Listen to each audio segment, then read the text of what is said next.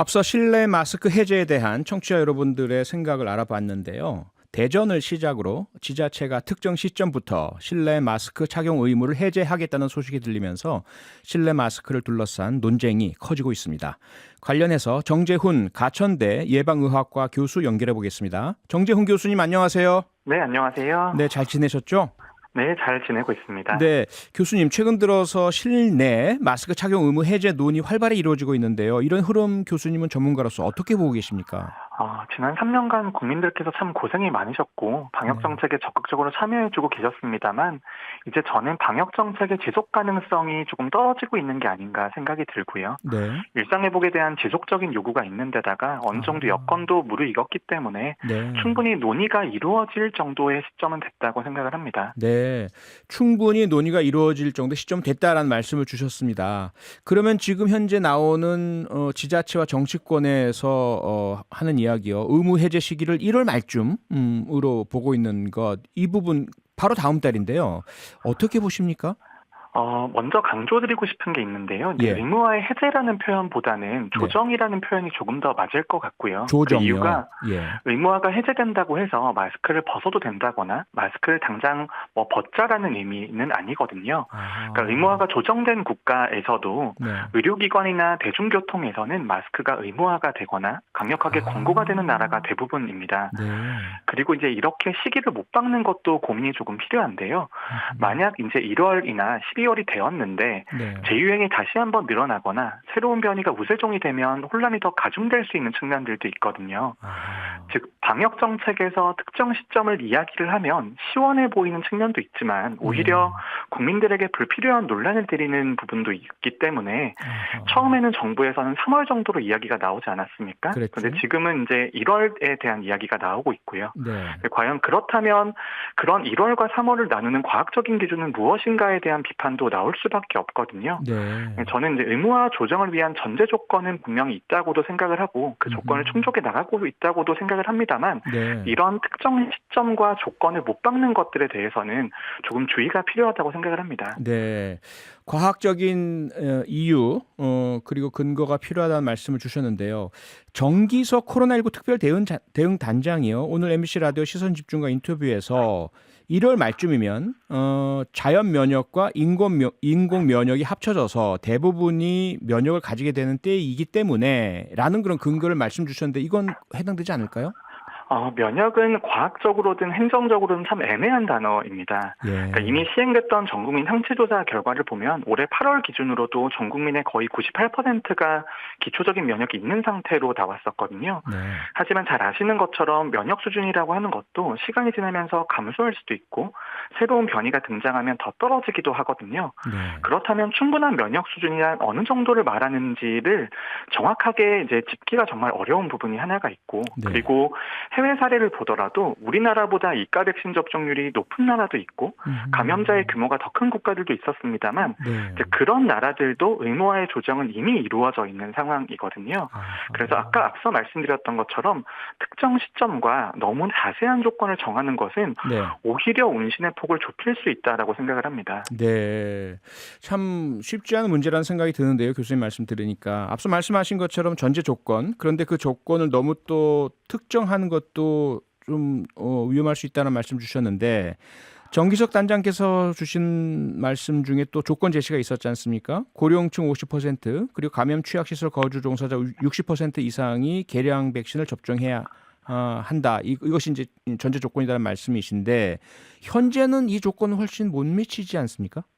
네, 말씀하신 것처럼 이제 이가 백신 접종률 자체가 높아져야 된다라는 위원장님의 문제의식에는 100% 동의를 합니다. 네. 하지만 여름에 진행됐던 4차 백신 접종률도 그 정도에 도달하기가 매우 어려웠었거든요. 아하. 그리고 이제 이런 접종률과 연계하는 것 자체가 국민들에게는 접종에 대한 또 하나의 행정적인 규제 또는 부담으로 느껴질 수 있다고도 생각을 합니다. 분명 백신 접종은 반드시 필요합니다만 네. 국민들에게 왜 필요한지 그리고 얼마나 안전한지에 대해서 최선을 다해서 말씀드리는 게 우선이라고 생각을 하고요. 이런 새로운 방역의 완화에 대해서 연계하는 것들에 대해서는 조금 신중할 필요가 있지 않나 그렇게 보고 있습니다. 네, 이 부분은 어떤가요? 아무래도 이제 각 지자체 지역별의 어떤 편차나 차이들이 분명히 있을 텐데요. 대전광역시 그리고 충남도에서도 자체적으로 실내 마스크 의무 해제를 검토하겠다 이런 입장을 내놨는데 이런 부분들은 어떻게 보고 계세요? 저도 실내 마스크 착용 의무에 대한 조정이 필요하다고 이제 여름부터 이야기를 해왔고 논의가 예. 조금 지연된 측면도 있습니다만 저는 이런 요구가 지자체 위주로 이루어진 것에 대해서는 조금 우려스러운 면이 있습니다. 몇 가지 이유가 있는데요. 네. 첫 번째가 이런 논란이 방역 정책을 조금 더 정치적인 이슈로 바라보게 하는 측면이 있고 네. 그리고 이런 그 마스크 착용 의무의 해제라는 것이 당장 벗거나 아니거나 둘 중에 하나만 결정해야 되는 것처럼 비춰질 가능성이 있거든요. 그리고 또 하나는 이제 네. 12월 15일 이런 식으로 촉박하게 시기를 정해두게 되면 의무화가 조정됐을 때 반드시 보완책이 필요할 것이고 어떠한 장소에서는 반드시 착용을 해야 되고 아닌 장소가 있을 그런 어느 정도의 계획이 필요할 텐데 네. 그 계획을 논의할 시간은 부족해질 수밖에 없거든요. 저는 충분히 이야기할 수 있는 주제라고는 생각을 합니다만 네. 그 방식이 바람직하지 않다고 생각을 합니다. 아하, 네. 그러면 그 방식이 지금 한덕수 국무총리가 중대본에서 얘기한 것처럼 정부 전체, 국가 전체적으로 이행되면 그건 괜찮은 건가요? 저는 국가 주도의 논의나 아니면 전문가들의 협의를 통해서 나아가는 방식들은 그래도 어느 정도는 수용 가능성이 있다고 생각을 하고요. 네. 그 지난 3년 동안 가혹한 방역 정책을 감당한 이유가 시민의 생명과 안전, 그다음에 원활한 일상 회복이 목표였거든요. 네. 저는 당연히 그날이 올 것이라고 생각을 하고 이제 전제 조건이 저는 필요하다고 생각을 합니다. 그래서 여러 가지 방역 정책에 있어서 조정이 가능한 전제 조건들을 국민들에게 제시를 하고 네. 그 전제 조건이 만족했는지 여부에 따라서 결정이 되는 것은 매우 합리적인 방식이라고 생각을 합니다만 네. 특정한 목표라든지 시기를 못 박는 것 자체가 아하. 굉장히 위험 부담이 될 수 있다고 생각을 합니다. 네. 교수님이 앞서 뭐 유럽 등 국가에서도 조정이라는 단어를 사용한다. 그리고 뭐 버스나 대중교통 수단, 병원 등의 특정 장소에서는 의무화 내지는 권고를 강하게 하고 있다. 이런 말씀 주셨지 않습니까? 전반적인 세계적 흐름 좀 말씀해 주시죠. 마스크와 관련해서요. 네, 흐름을 요약을 하면 대부분의 방역 정책이 법적인 의무에서 의학적인 권고로 전환되고 있다라고 표현할 수 있을 것 같습니다. 네. 주요 선진국 중에서 모든 실내 공간에서 마스크 착용이 의무화된 국가는 현재 우리나라뿐이고요. 아하. 하지만 완전히 모든 의무를 다 없앤 국가가 다수인 것도 아닙니다. 네. 그래서 대부분의 국가는 마스크 착용을 특정 시설이나 장소에 따라서 권고를 하거나 의무화를 하는 네거티브 규제 형태를 따르고 있거든요. 네. 즉 어느 정도 전환되는 시기가 있고 점진적으로 접근하는 것이 세계적인 추세로 봐야 될 것 같습니다. 네.